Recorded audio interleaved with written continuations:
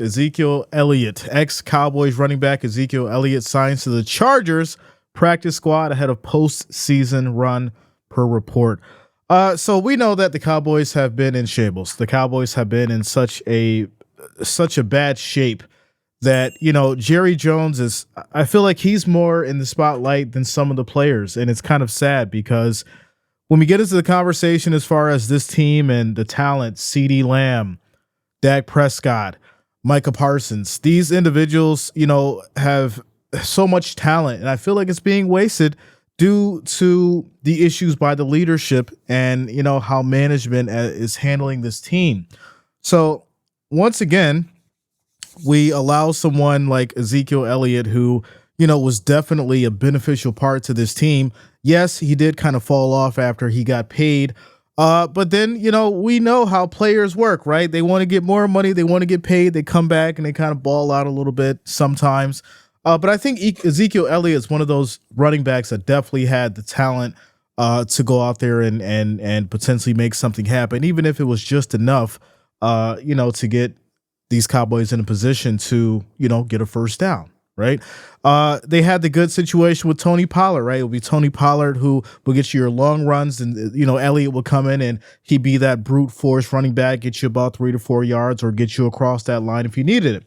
And so now we come to the point of, Jerry Jones saying that he was fine of letting Ezekiel Elliott go so he could move on and end up on a team and potentially have a run at the playoffs. And so it looks like this may happen. We know that at this point it's going to happen.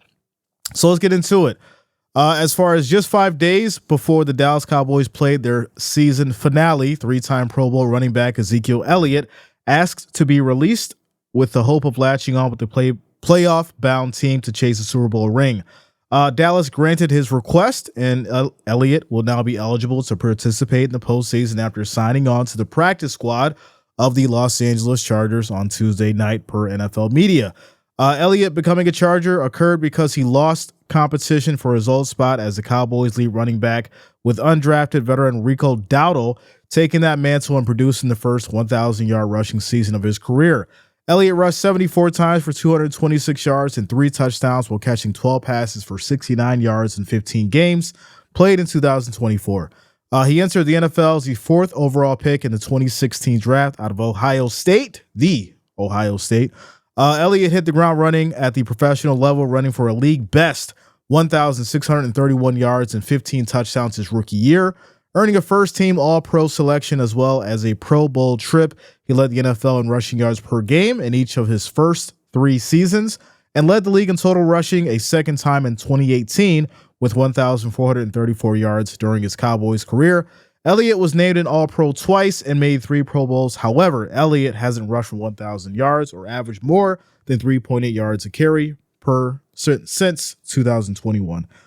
So yeah, we can definitely say that he progressed, right? He didn't progress. He basically slowed down, right?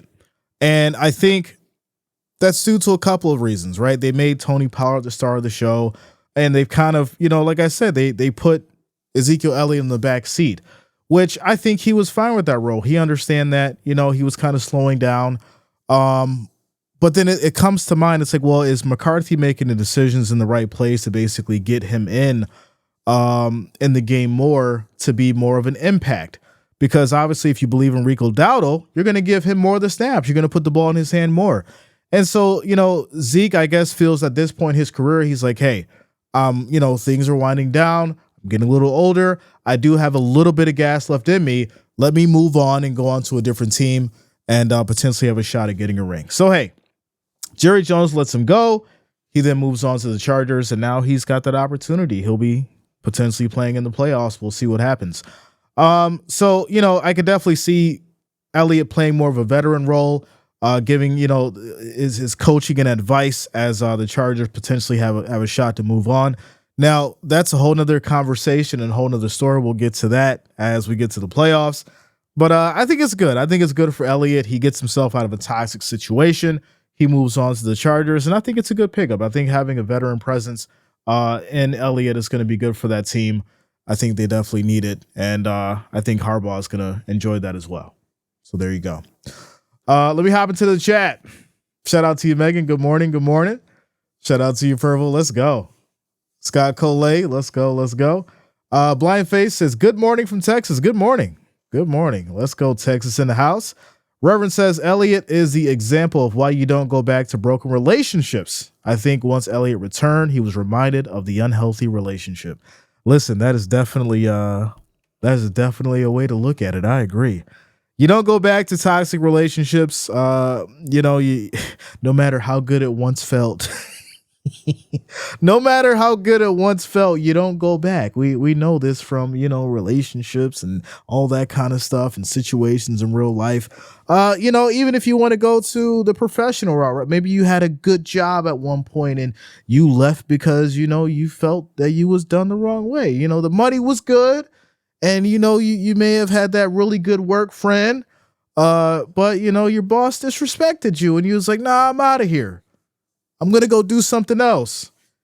And then, you got that phone call and they're like, hey, just come on back. And then the situation happens again and it makes, it reminds you of why you shouldn't have went back. And unfortunately for Elliott, I think it's the same thing. But we can't, on the flip side, we can't just overlook how Elliott got the bag and then went on the downhill. All right, we're not going to look over that. He definitely got the bag and stopped playing too. So we're going to give him a little bit of shade there because he got all that money and then Tony Pollard overshined him. So I didn't like to see that. I think he lost some of that hunger when he got the paycheck. So we're going to say we happy that he moved on, but I do feel like he played a part of, the Cowboys running situation not being a total success after he got paid. And we'll leave it at that. But let me get back to the chat. It says Boker Tov, that's good morning in Hebrew. Shout out to you, Safari. Says I made it. It's 8:20 off today. Let's go. Good morning. Good morning. Shout out to you, Big T in the building. Jonas says, wish Zeke the best at any team he goes to, but this would help him and the Chargers go to the playoff bid. Think Jerry and the Cowboys wanted to give Zeke that chance. Like I said, I agree. The Cowboys are in bad shape right now. And we're going to have to really, really dig into it and go over some stuff as far as, that whole team. Maybe next year, right? 3rd and 3, 3rd and 1 to get that first unanswered touchdown. Without a doubt, he was the man for the job. 100%.